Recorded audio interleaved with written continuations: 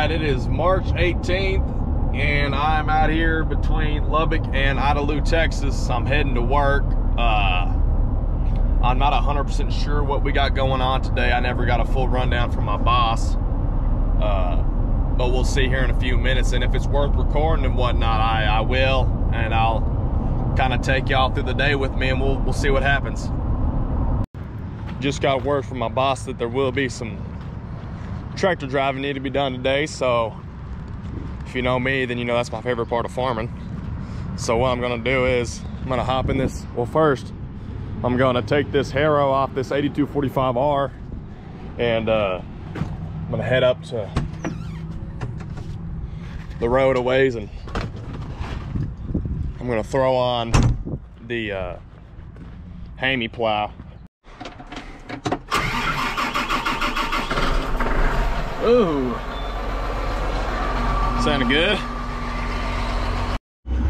All right, we got everything unhooked, and now we're gonna head on to where we're gonna put the plow on. Okay, so I'm back. It is good Lord, it's 4:15. I took my last video around 1. I've been busy doing other stuff. My boss had me, well, he took me up to the John Deere dealership, and I went and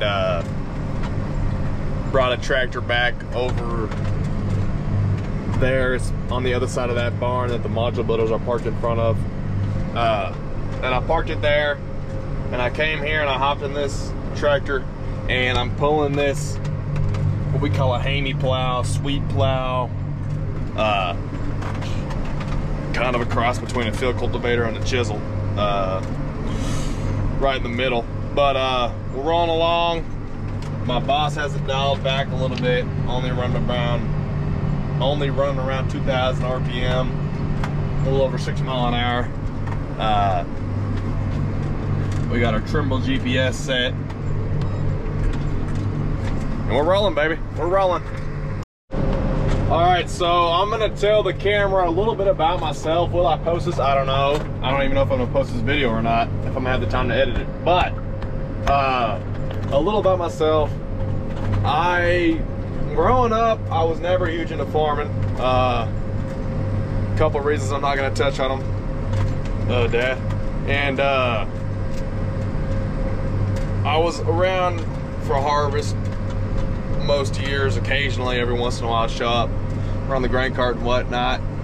And I never was huge into it. I never really cared about trying to learn anything besides how to drive a tractor, pulling a grain cart, until really this past summer's when I got big into it. And I knew I wanted to come to Texas Tech, and I wanted to work on a farm out here, and just try to learn as much as I can about what they do out here, and then kind of compare it to what we do, and just soak up as much knowledge as possible. All right, so today is March 19th, and this is Jake here, out here in West Texas. I'm in Idalou, and I'm gonna have y'all some good content of running the harrow today. Alrighty, I'm at HQ. Here we are, and I'm about to hop in this 8245R and head on towards Estacado and go, all right, our oil's good, and go and start running this harrow there.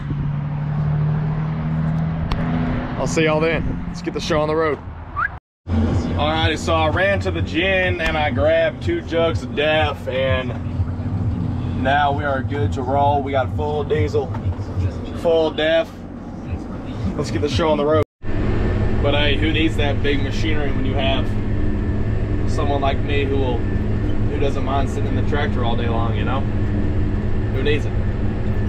That probably wouldn't hurt. Alrighty, so a little bit about this here plow that I'm pulling.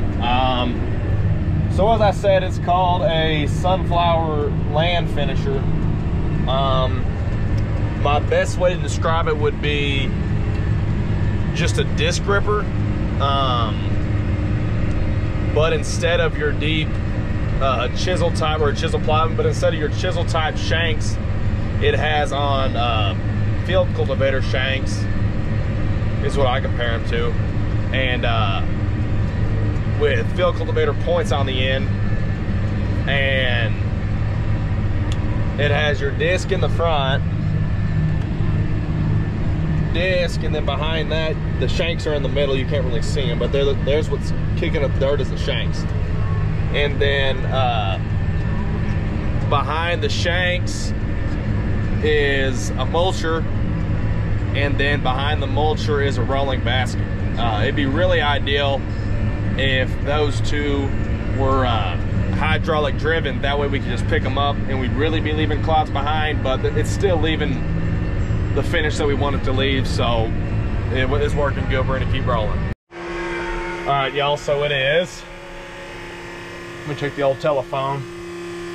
It is 5:50, and I was out of diesel, and luckily I was right over there at the home place. So I came over here, and I'm fueling up, and I want y'all to check out my little redneck engineering that I have going on here.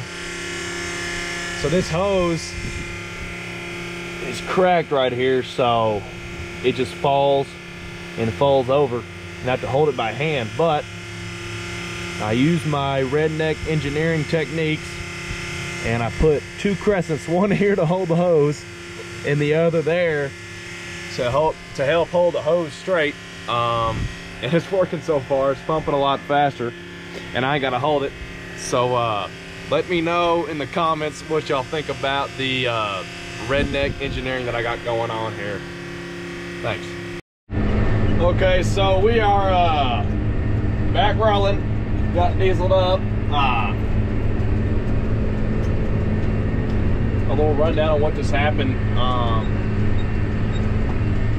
So that right there, you can, where I'm pointing at is the gearbox.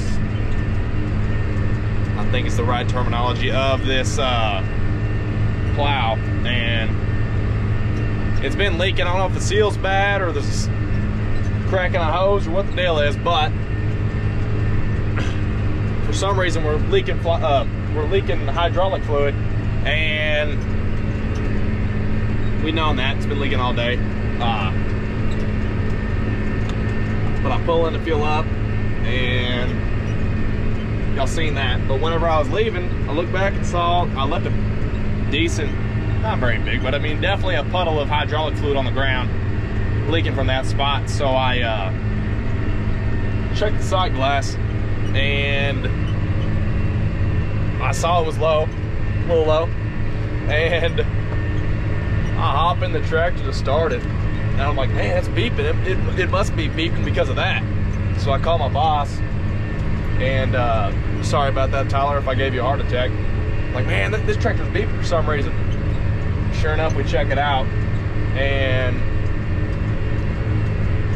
I had the blinker on. That was what the beeping was from the blinker. It wasn't because of code or nothing was like that was going on. But the tractor was still low on hydraulic oil, so we got that filled up. And kind of like Meatball says, you can't ever be too cautious. So we got her all taken care of, and I'm back to rolling now. You know, you can't be too cautious. You cannot be too cautious, y'all.